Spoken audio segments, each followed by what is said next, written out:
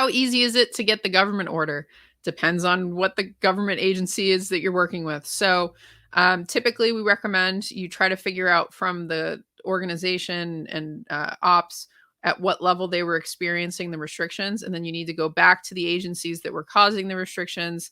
It's either going to be federal agencies, most like usually not federal agencies, but it's usually state governments, local health boards, and then if you're in the South, counties tended to be more restrictive. Or if you're in a large metro area, it'll be the mayor, or different local jurisdictional limits like that. Especially if you're in a situation where you've got a metro area that had a lot of restrictions compared to the state. So like in Texas, certain cities had really intense restrictions compared to statewide. There was very little.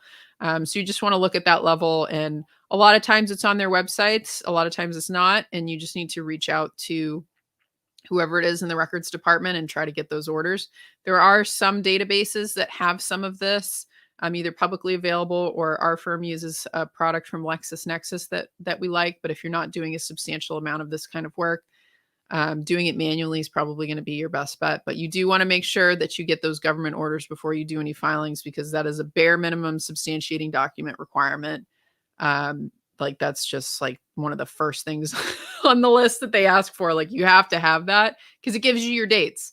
If you don't know what the order was and when it started and when it stopped, you don't know your eligibility dates. You don't know when you really qualify. I would not rely on things like news articles that give dates and talk about things. Those tend to be wrong, and those are just non-authoritative. So I would not just use like, local dispatch news says that restaurants can open again. Don't use that. You need the government order. All right.